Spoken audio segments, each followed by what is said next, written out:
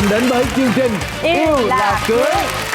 Thưa quý vị, và mỗi khi đến với chương trình Yêu là cưới thì Cát Tường và Quang Bảo cảm thấy rất là thích thú, bởi vì sẽ được lắng nghe những câu chuyện tình yêu của những cặp đôi họ đang tìm hiểu nhau, yêu nhau và đang tiến tới hôn nhân. Và ngày hôm nay như thường lệ chúng ta sẽ gặp hai cặp đôi xem họ sẽ chia sẻ những gì trong chương trình Yêu là cưới. Sau 3 tháng tìm hiểu, sau đó Hùng dẫn nhau ra bờ kè để tỏ tình, lợi dụng sơ hở chỉ ra chỗ khác đánh lạc hướng. Cái Hùng Cái chương trình cũ quá mà cũng gạt được mấy cô hoài. Và ngay bây giờ chúng ta sẽ cùng nhau đến với cặp đôi đầu tiên. Xin mời. Mời hai em. Xin chào chị, xin chào anh. Em tên là Phạm Lê Thanh Hùng, 32 tuổi. Em đang ở thành phố Hồ Chí Minh. Hiện nay em đang công tác tại một tạp chí du lịch của Hàn Quốc. Dạ, em tên là Nguyễn Thị Tuyết Nhung, năm nay em sinh năm 1996. Em làm nghề kinh doanh tạp hóa gia đình. 96 là mới vừa qua 20 thôi, còn rất là trẻ luôn. 21, 22. Ồ, vậy là chênh nhau 10 tuổi. 11 tuổi. Đúng không? Khoảng 10 tuổi vậy. Khoảng 10 tuổi, Dạ vâng. vậy là chắc được cưng lắm phải không em? Hai bạn gặp nhau làm sao? Dạ, khoảng tháng 9 năm 2016, chỗ làm của Nhung và Hùng cũng gần nhau. Trên đường làm về của Nhung thì thế nào cũng chạm mặt với Hùng. Mỗi ngày đi làm như vậy thì chạy ngang qua thì cũng có cảm giác như là đang có người đang nhìn ngợp ngó mình, nên em cũng cũng tò mò. Mỗi lần Nhung đi qua thì thường xuyên đeo khẩu trang, chỉ thấy hai con mắt thôi, cảm thấy vẫn ấn tượng. Thấy hai con mắt thôi mà ấn tượng. Dạ vâng, có ngoại hình thì cũng to con, cũng khoảng cao khoảng bằng Hùng, nên cảm thấy ấn tượng. Cuối cùng thì cái câu chuyện như làm sao mà hai người mới là cái lần đầu trực tiên gặp tiếp nhau. nói chuyện hay là hẹn hò với nhau? Có một bạn Thảo kết bạn Vinh đi Zalo của Hùng, thì kết bạn nó nhắn tin như bạn bè thôi. Và Thảo tâm sự chuyện tình của Thảo với lại người yêu của họ. Thì Thảo nói là Hùng có bạn gái chưa? Hùng nói là chưa có bạn gái. Thảo mới ngỏ ý là cho Hùng làm quen với lại Nhung. Vậy là Thảo là bạn của Nhung. Vậy đúng rồi chị. Coi như gặp nhau đụng mặt nhìn mắt nhau hoài thì chưa có làm quen. Chưa có làm mà quen, cuối chưa cùng có nói nhờ một chuyện người gì. bạn mai mối thì mới quen. Dạ phải. Rồi lần đầu tiên hẹn hò của hai bạn là ra sao? Dạ sau khoảng 2 tuần thì Hùng tò mò xem là nhìn thấy Nhung ở ngoài đời như thế nào, cho nên muốn nhắn tin. Thì em thì biết mặt ảnh nhưng mà ảnh thì chưa nhìn Lúc thấy biết mặt khuôn ảnh mặt là của thấy em. thích rồi phải không? Dạ đúng rồi. Khi đó thì em có nhìn thấy mặt bạn trai của em rồi nên em có ấn tượng trong cái hình ảnh. Thì em có hỏi ảnh là anh có phải là người Nhìn lén em mỗi ngày không? Dạ đúng rồi. Nên ảnh nói là đúng. Nhưng mà rồi thì bao lâu sau thì hai người mới ngỏ lời yêu nhau, và ai là người tỏ tình trước? Dạ khoảng sau 3 tháng tìm hiểu thì Hùng rủ Nhung đi chơi, đi ăn uống, rồi đến cái trung tâm mua sắm. Rồi Hùng muốn chọn những trò chơi thể thao vì muốn thử test xem bạn gái mình có năng động hay không, có hoạt bát hay không. Thì Ủa, trung tâm mua sắm mà chơi thể thao hả? có những cái trò Chơi game. Chơi game á hả? Dạ. Là Tôi nghe tôi tưởng đâu là dắt vô trung tâm mua sắm để mua đồ. quà gì đó để tôi cầu hôn hay là cái gì. Rồi cuối cùng là bạn ấy có năng động không? Dạ Hùng cảm thấy có, bạn thấy cũng hợp tác. Sau đó Hùng dẫn nhau ra bờ kè để tỏ tình. Tỏ tình ở bờ kè vậy trời. Thì Hùng lợi dụng sơ hở chỉ ra chỗ khác đánh lạc hướng. Rồi cái Hùng giống như trong MV Ê, quá cái ha. chiêu này cũ quá mà cũng gạt được mấy cô này hoài. Ai mấy cô này muốn bị gạt. Mình được gạt. Ủa lúc bạn chỉ gì chim kìa hả? Hay là cá kìa? Kè là cá kìa. Và lúc đó là hôn má hay là hôn môi? thì lúc đầu khi mà hôn má thôi á thì Hùng cũng đục nước thả câu lớn tới. Là lúc đó đang ban đêm phải không em? Dạ phải. Ban đêm sau khi là đã chơi thể thao trong chơi game trong khu mua sắm, rồi ra đó mới ngắm gió ngắm trăng, mấy ố kia rồi mới là hôn chạm thử phản ứng sao. Ta chịu rồi cái được tính tới rồi luôn. tính tới luôn. Lúc đó em thấy trong người sao em? Dạ em cũng thấy ngại nữa. Người nhìn đi qua đi lại quá phải không? Dạ. Là bữa Với đó lại là cũng- chính thức quen nhau luôn đó hả em? Dạ vâng. Chúc mừng em ha. Từ cái lúc đó đến bữa nay là Hơn một năm. Hơn một năm. Dạ vâng. Rồi sau đó trong một năm vừa rồi thì có những câu chuyện gì nó đặc biệt giữa hai người, là những cái chuyện gì đáng nhớ giữa hai người không? Khoảng sau 6 tháng thì lúc đó bạn của mẹ Hùng giới thiệu con gái của họ cho ba mẹ. Cho nên Là mai mối đó cho trẻ em á phải Dạ không? vâng. Thì lúc đó Hùng cũng cảm thấy cô gái đó cũng gọi là có bằng cấp là học luật sư, rồi ăn nói nhỏ nhẹ, được lòng của mẹ Hùng nữa. Wow. Rồi sao nữa em? Thì lúc đó Hùng mới thưa dần liên lạc với lại Nhung, rồi bắt đầu quen bạn gái kia. Rồi bác Nhung có biết không? Em có thấy cái dấu hiệu gì lạ vào thời điểm đó không? Thì em cứ nghĩ đâu thì anh này bận việc hay là sao đó. Rồi em thì cũng ít chủ động nữa nên em cũng im lặng luôn. Trong một thời gian chắc cũng khoảng 1 tháng á. Nói chung là em có như linh tính của một người phụ nữ thì em cảm thấy nghi ngờ về cái vấn đề này. Tới lúc qua Tết, ngay ngày sinh nhật của em thì em mới phát hiện ra. Tại sao em phát hiện ra được? Thì vô tình ảnh về quê của bạn đó chơi, thì ảnh có chụp hình rồi đăng lên Facebook. Thì em vô tình vô Facebook thì thấy được cái bình luận ảnh khoe với bạn bè là ảnh về quê của người ấy chơi. Thì em vô tình em biết được nên em mới nhắn tin em hỏi. Thì anh ấy lại khai thiệt, kể cho em nghe. Rồi bạn hay quá ha. Là sao nữa, nhưng mà lúc đó rồi sao, rồi em nói nghe coi. Rồi sao em đã đi, em đã Đi lén nước lúc đôi em rồi đi còn rồi mà em chụp còn hình đăng nữa. hình lên là chi vậy? Giống như là lại ông tôi ở bụi này vậy đó. Là lúc đó là phải bên kia sao đó, nói chung là đăng lên là để cho lấy lòng cô kia đúng không? Dạ. Rồi cuối cùng cũng không được luôn. Dạ. Rồi bị người ta bỏ mới quay về, chứ nếu người ta mà không bỏ là coi như cô này bị bỏ đúng không? Vậy mà em cũng chấp nhận được nữa hay? Lúc đó biết câu chuyện là bạn phản ứng làm sao? Bất ngờ với lại trong lòng hụt hẫng với buồn lắm. Tại vì lòng tin với lại niềm tin của mình đặt hết như trong đó thì tự nhiên trong một ngày thì nó sụp đổ hết tất cả. Với em lúc đó là coi như là hết tất cả. Đúng rồi, em mà bỏ đi chứ còn quay lại chi nữa em. Nhưng mà em vẫn muốn giữ tình bạn với anh ấy. Rồi sau đó là như thế nào?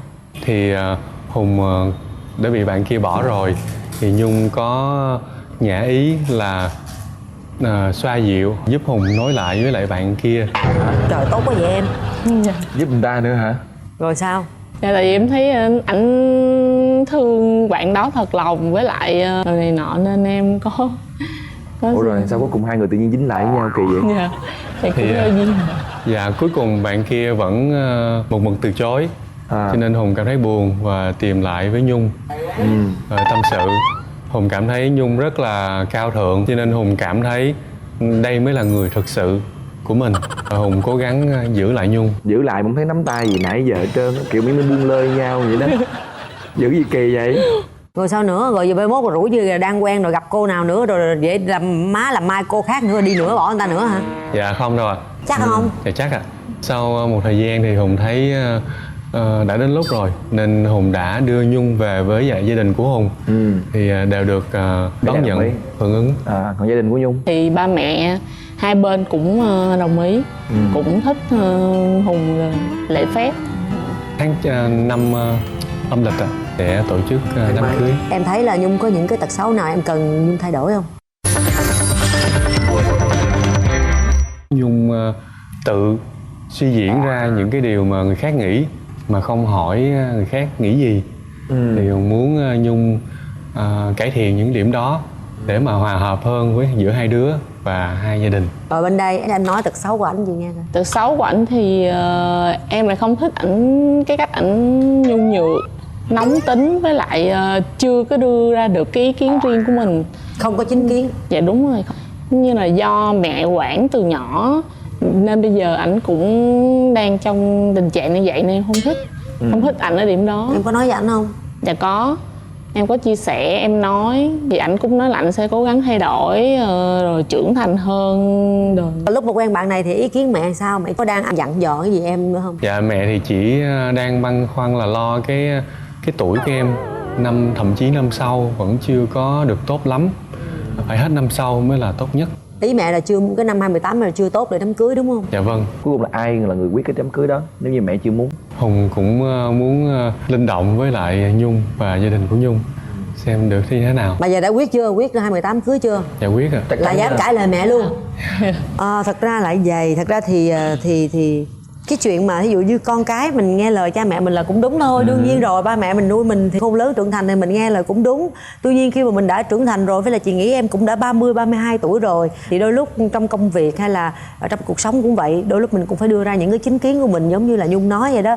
Ví dụ mẹ chưa thông cái chỗ nào với hai đứa thì mình tìm cách mình giải thích cho mẹ hiểu. Mẹ ơi con thấy vậy nếu qua năm thì có thể nó lâu quá đi, rồi bên đây con cưới sớm để con ổn định gia đình, rồi con làm việc rồi này kia, thí dụ vậy. Mình thí dụ như mình là người có hiếu thì mình thông báo sự việc, mình giải thích sự việc cho ba mẹ mình hiểu.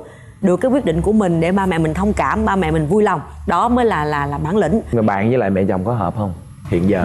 Hiện giờ thì vẫn hợp, không có vấn đề gì hết. Rồi bây giờ hai bạn còn có điều gì muốn nói với nhau nữa hay không?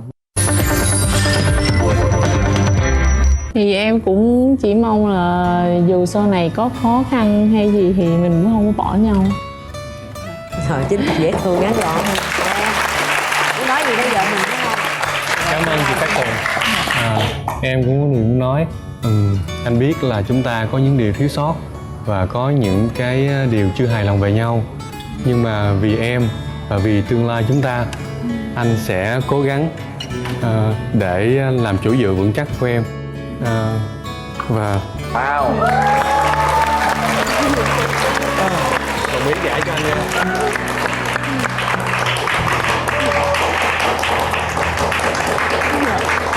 Chúc mừng các bạn. Bữa nay mới là cầu hôn đó hả? Dạ phải. Là chứ bữa giờ là mình chỉ tính với nhau chứ mình chưa có cầu hôn đúng Dạ không? chưa ạ. Cảm xúc của em như thế nào? Dạ, cảm xúc hôm nay rất bất ngờ. Bất ngờ. Dạ.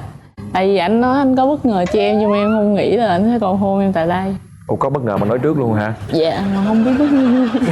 Thực ra là chị sẽ chúc, tại vì con đường của hai em phía trước thì còn rất dài, tại vì bạn cũng còn rất là trẻ, mà qua những cái gì hai em chia sẻ nãy giờ thì chị thấy nó vẫn còn một số những cái vướng mắc, những cái khó khăn trong cái suy nghĩ. Nếu mình phải đả thông được cái suy nghĩ thì mình sống với nhau nó mới thoải mái. Đặc biệt là em á, thật ra là cha mẹ nào cũng thương con hết trơn á.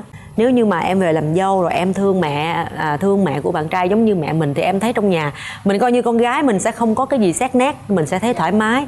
Đó, còn cái chuyện của em thì hồi nãy chị đã khuyên rồi, em phải bản lĩnh để đứng chính giữa, để cho mẹ không cảm giác là mẹ mất đi một thằng con trai. Nhưng mà cũng đừng để vợ mình buồn là thấy là sao mà không có chia sẻ gì được với vợ hết. Và cái tốt nhất là chị nghĩ thì cứ làm dâu không sao đâu em. Làm dâu mốt sanh con rồi kia có bà có nội rồi chăm lo cũng càng tốt. Rồi sau này mình có điều kiện đủ, khi mình có điều kiện kinh tế vững chắc rồi, mình mua nhà mình ra riêng, mình thưa với mẹ thì mẹ sẽ đồng ý thôi.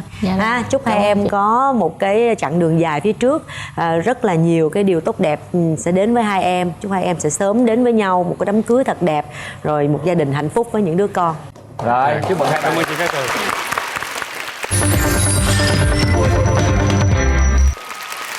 Và ngay bây giờ thì chúng ta sẽ cùng nhau đến với vòng xoay may mắn. Chúng ta sẽ có cơ hội nhận về cho mình là một combo váy cưới cao cấp trị giá 15 triệu đồng đến từ Linh Nga Bridal.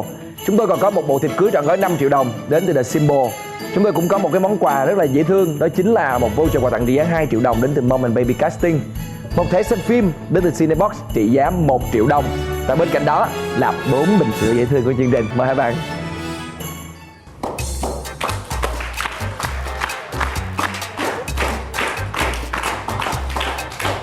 Và phần quà các bạn đã nhận được cho mình 4 bình sữa. Đó chính là một thẻ xem phim đến từ Cinebox trị giá 1 triệu đồng. Xin chúc mừng hai bạn. Chúc hai bạn hạnh phúc nhé. Xin cảm ơn. Thì Tường là em cũng tụi em là bắt cá hai tay nên đi từ ngoài Nha Trang đi vô Sài Gòn để gặp em. Trời ơi, Sao tự nhiên Tại nghĩ em tay rồi mà. có quyền. nghĩ em bắt Và ngay bây giờ chúng ta sẽ cùng nhau gặp gỡ cặp đôi thứ hai của ngày hôm nay. Xin mời. Rồi, mời hai em. Dạ, em tên là Trần Thị Thu Ba, em 26 tuổi, hiện tại em là giáo viên ạ. Dạ, em tên là Nguyễn Đăng Kiên, thì là năm nay 26 tuổi, là kỹ sư IT. Quê hai bạn ở đâu? Em quê ở Đắk Lắk. Dạ, em quê ở Tây Ninh ạ, nhưng mà nhà em thì ở Sài Gòn ạ. Rồi sao hai bạn gặp nhau? Em đi học võ nhưng mà Rồi, đi bỏ đi. Cô giáo được võ. dạ, em học võ được 2 năm thì em bị chấn thương, xong rồi em nghỉ khoảng 4 năm. Rồi em đi học lại, thì cái ngày đầu tiên em đi học lại thì em gặp anh Kiên ạ. Là bạn cũng học võ luôn. Hai bạn học võ gì? Dạ, karate ạ. Sau cái buổi mà hai đứa gặp nhau thì thầy có giới thiệu là anh Kiên là đai đen của lớp, dạy lâu rồi, hồi trước có đi dạy nữa. Wow. Xong rồi nhưng mà ấn tượng của em thì lúc đầu về anh Kiên thì hiền, ít nói lắm, trong đó không có nói với chuyện trai hết. Anh quýnh đúng rồi phải không? Anh không có nói gì chứ. Hành động không à? Cái nè. Sau em một vài buổi đi uống nước với mọi người ở trong lớp võ thì sau đó mới để ý một chút về mới xin Facebook nói chuyện. Bạn chủ động hả? Dạ. Em có bán hàng online á, thì ảnh chỉ nhắn tin là ảnh mua hàng của em thôi, ảnh không có nói gì hết á. Sau đó rồi cái ảnh mới nói là ảnh mua luôn cô chủ bán hàng. Cái em nói em vô giá không có mua được ạ. Xong rồi khúc đó mới bắt chuyện nói chuyện với nhau ạ. Nhưng mà vì lúc đó là hiện tại em còn đang quen bạn trai chưa có chia tay ạ. Chỉ là nói chuyện bạn bè bình thường thôi. Rồi sao? Rồi bao nhiêu lâu thì hai người mới có cái buổi hẹn hò đầu tiên? Thì sau 2 tuần lớp võ có tổ chức một buổi thi lên đai. Thì em Thu Ba thì tới lớp chơi. Thì cái ngày hôm đó thì em với Thu Ba tâm sự khá là nhiều, nói chuyện về những cái chuyện tình cảm trước đây. Rồi sao nữa? Rồi đến lúc nào thì mới chia tay bên kia? Lý do tại sao chia tay? Dạ. Rồi sao quen anh này? Dạ em chia tay bạn trai khoảng 1 tuần á, thì mới chính thức quen anh Kiên. Cũng nhanh quá ha.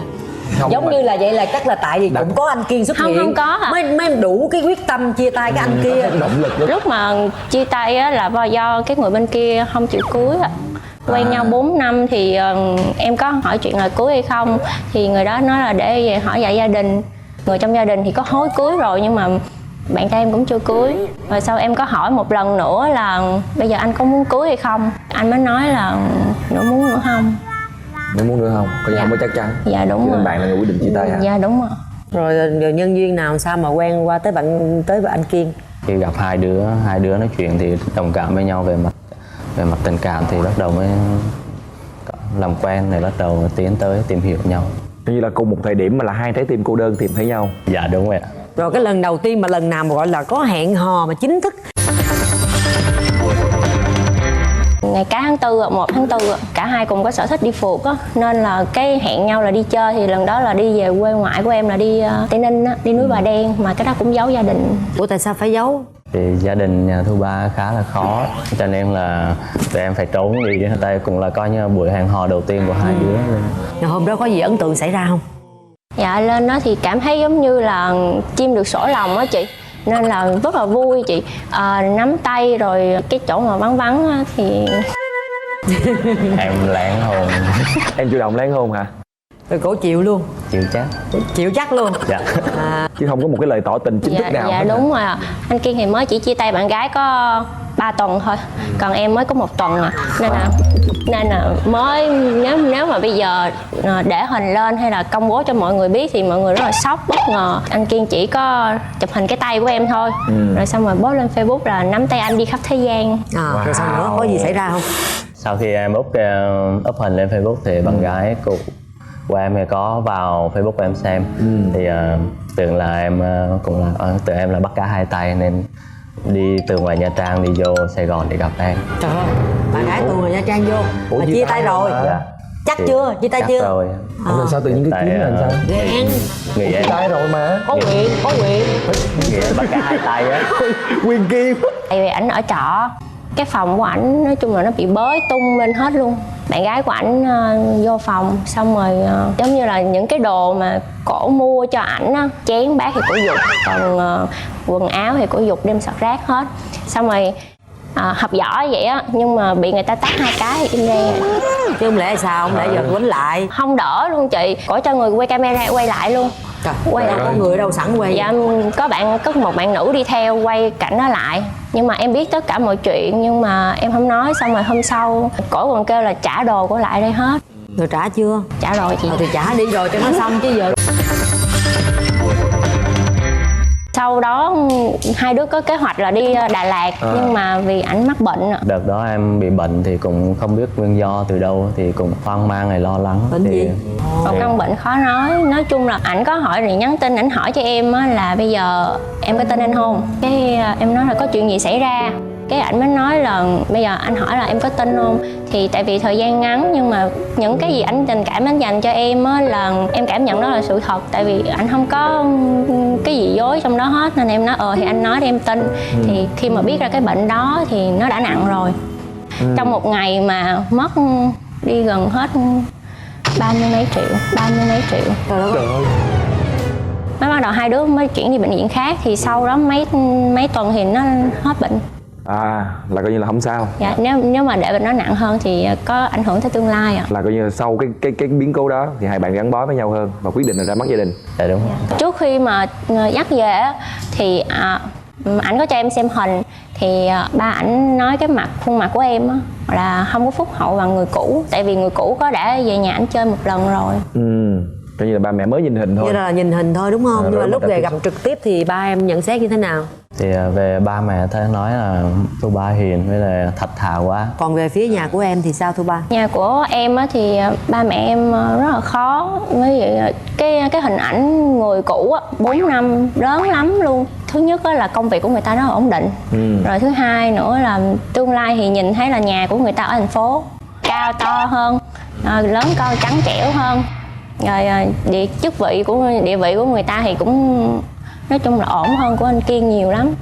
Rồi xong rồi khi mà em quen anh Kiên thì không ai biết hết. Thì lúc trước em hay đi học võ thì ba em cũng có nghi thôi à, tức là coi chừng nó quen con thằng nào ở trong lớp võ, nói vậy thôi. Về nhà anh Kiên xong á, thì khi anh Kiên post cái hình lên là Đắk Lắk anh và em á, thì khi đó bạn gái cũ Nữa hả? Cũ nữa hả? Ủa trả đồ hết rồi chịu đựng 2 cái quýnh rồi, 2 cái tác rồi. bạn gái cũ mới biết được Cái mặt của em đúng không? Đúng rồi, biết được mặt của em rồi dò được Facebook của em, nhưng mà bạn đó không ra mặt. Bạn đó nhờ một cái chị nói á, là anh Kiên á, là một người bắt cá hai tay, thấy gia đình của em ở dưới thành phố có điều kiện này nọ rồi quen. Xong em chỉ nhắn là đó là cái chuyện của em, thì sau này dù có chuyện gì đó thì em là người tự giải quyết được. Em muốn đây là lần đầu cũng như lần cuối mà chị nói với em như này. Chị đó chỉ nhắn lại một câu duy nhất là em giỏi, em bản lĩnh.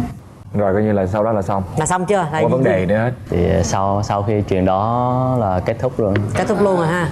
Mà tính ra từ đó đến bây giờ là các bạn quen nhau bao nhiêu lâu rồi? Dạ 9 tháng ạ. Trời ơi 9 tháng mà bao nhiêu cái sự cố xảy ra. Cứ tưởng giống như là 2 năm, mấy 3 tuần năm vậy chia đó. tay rồi bệnh hoạn rồi đủ thứ hết.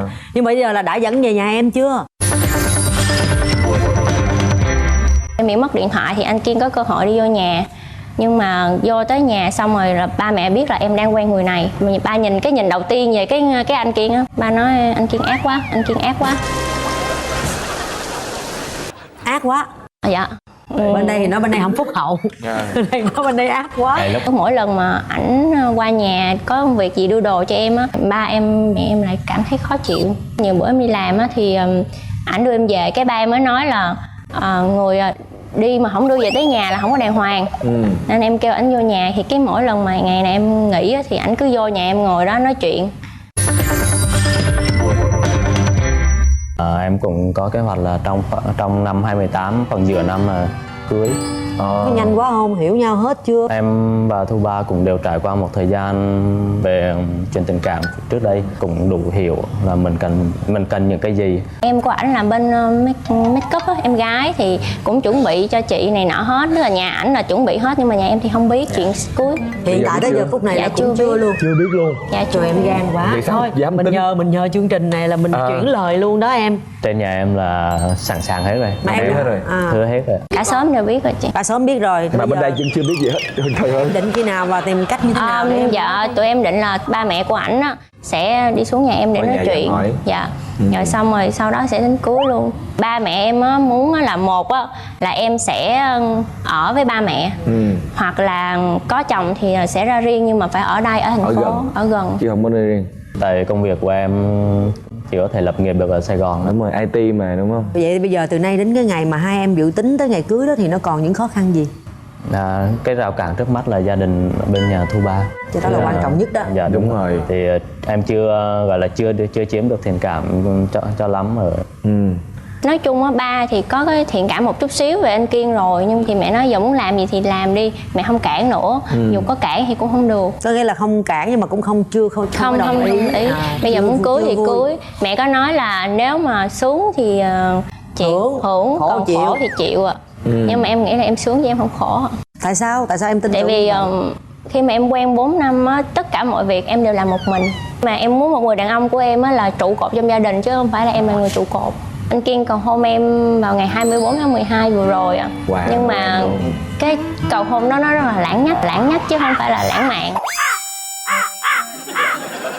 Thì Tôi đang trông chờ một cái điều gì đó lãng mạn. Ồ, không sao lãng nhách nè. Anh Kiên chở em ra ngoài cầu ở quận 2, cầu Thủ Thiêm ạ. Thì gần 12 giờ đêm rồi. Anh Kiên mới hỏi em là bây giờ em cưới anh hay là em Thế là em ném cô ấy xuống sông. Trời đất ơi. xong rồi nhưng mà cái lúc mà chủ cưới á, thì em lại không nghe rõ. Xong mà em cứ tưởng là ảnh giỡn với em nói là em đâu có sợ chết đâu anh, đừng có hù em. Cái xong giống như ảnh bị quê, anh không nói nữa. Ảnh cất nhẫn vô, cái ảnh chở em đi về. Tới công viên thì ảnh mới móc ra cái nhẫn ra, ảnh nói là sau mấy tháng quen nhau thì bây giờ anh có thể kêu em bằng vợ. Rồi ảnh đưa trao nhẫn cho em. Đối với mọi người á, thì anh Kiên có thể còn chưa tốt, nhưng mà đối với em hiện tại bây giờ thì anh Kiên rất là hoàn hảo so với nhiều người bạn trai trước đây của em. Tại vì trước đây em làm tất cả mọi chuyện một mình hết, còn bây giờ em được chia sẻ nên là như vậy là tốt lắm, mà em không cần thay đổi gì ạ. Anh chỉ hy vọng là em quan tâm tới mình nhiều hơn, đừng quan tâm quá tới những người khác. Mặc dù có thời gian 9 tháng thì đối với chị Tường với Quang Bảo ngồi đây nghe câu chuyện của hai em thì thấy nó thời gian nó không dài, nhưng mà đúng là nó rất có nhiều cái biến cố xảy ra. Từ những cái biến cố mà giải quyết cái chuyện tình yêu cũ, rồi cái biến cố là cả hai phải cùng nhau. Tại vì chị nghe kể thì chị cũng rất là biết cái tình cảm của em dành cho Kiên rất là nhiều. Tại vì thường tâm lý mới quen nhau mà tự nhiên thấy nó phiền quá. Đúng rồi, người ta kiếm rồi đã vậy còn làm bệnh kia. hoạn. Mà chị theo như chị sẽ đặt dấu hỏi liền. Tại sao bị vậy, như bệnh như vậy, rồi bị vậy rồi có ảnh hưởng gì đến mình hay không? Thì thường là người ta sẽ khó vượt qua.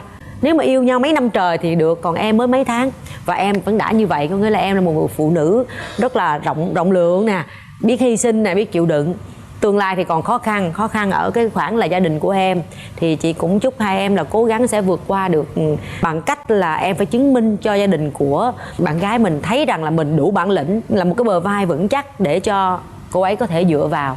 Tại thật sự ba mẹ nào là tại vì cũng thương con gái thôi, thấy em mới quá, mà đúng như cô nói là thí dụ như em mà cứ thấy còn thua những người khác thì thật ra cái đó nó không quan trọng, cái điểm xuất phát không quan trọng, mà quan trọng là mình sẽ cố gắng.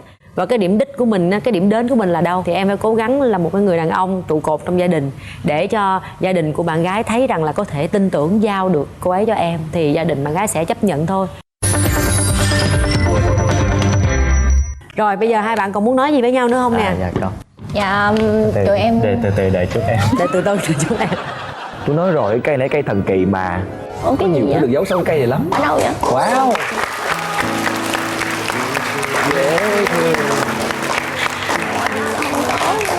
Qua 9 tháng quen nhau thì hôm nay anh để bó hoa đầu tiên anh tặng em.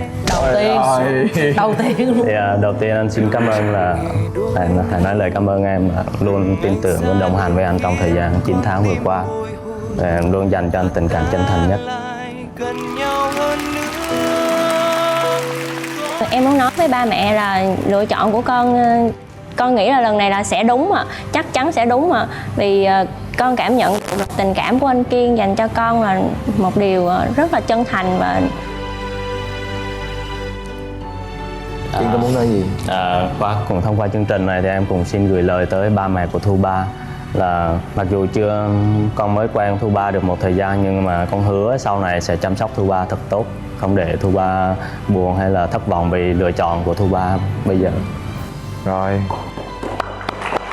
Cũng mong là hai bác nếu mà có đang theo dõi chương trình thì cũng nghe được cái lời chia sẻ của hai em đây, và hy vọng rằng là gia đình cũng sẽ ủng hộ cho hai em. Và Tường cũng tin là cái sự lựa chọn của Thu Ba là đúng, và giống như Kiên thì chị đã nói rồi, cố gắng nhiều hơn nữa để có thể yêu thương và chăm sóc cho người vợ tương lai của mình nhé.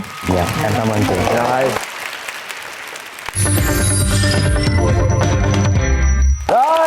Và ngay bây giờ chúng ta sẽ cùng đến với một phần rất là đặc biệt, đó chính là vòng xoay may mắn. Và các bạn sẽ có cơ hội nhận về cho mình là một combo váy cưới cao cấp trị giá 15 triệu đồng đến từ Linh Nga Bridal.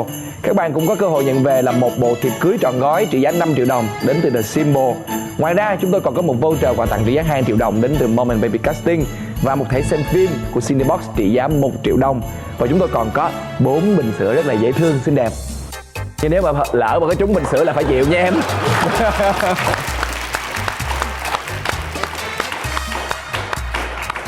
Đó chính là Hồi hộp bên kia đây, hồi hộp bên kia đây, hồi hộp. Đó là qua rồi. Một combo váy Đấy cưới là- cao cấp trị giá 15 triệu đồng đến từ Liên Nga Bridal. Chúc mừng hai bạn. Chắc là mẹ của Phương Hoa sẽ chịu thôi. Duyên trời rồi đúng không? Coi như là bên đây đã lo make up hết rồi. Bây giờ có váy cưới rồi thì còn chờ nhẫn cưới của các bạn nữa thôi. Chúc hai bạn sẽ hạnh phúc và sẽ có một đám cưới thật sự là tuyệt vời trong năm tới nhé. Dạ. Cảm ơn bạn rất nhiều. Kính thưa quý vị, và bây giờ thì thời lượng phát sóng của chương trình đã hết. Cát Tường và Quang Bảo xin chào tạm biệt. Quý vị hãy theo dõi chương trình vào lúc 15 giờ thứ Bảy hàng tuần trên kênh HTV7 Đài truyền hình Thành phố Hồ Chí Minh. Và nếu như quý vị có bỏ lỡ bất kỳ số nào của chúng tôi thì quý vị cũng có thể xem lại thông qua kênh YouTube, đó chính là MCV Media, cũng như là cổng thông tin Love TV quý vị nhé. Hãy nhớ ấn nút subscribe và theo dõi fanpage Yêu Là Cưới. Cảm ơn quý vị. Xin chào và hẹn gặp lại.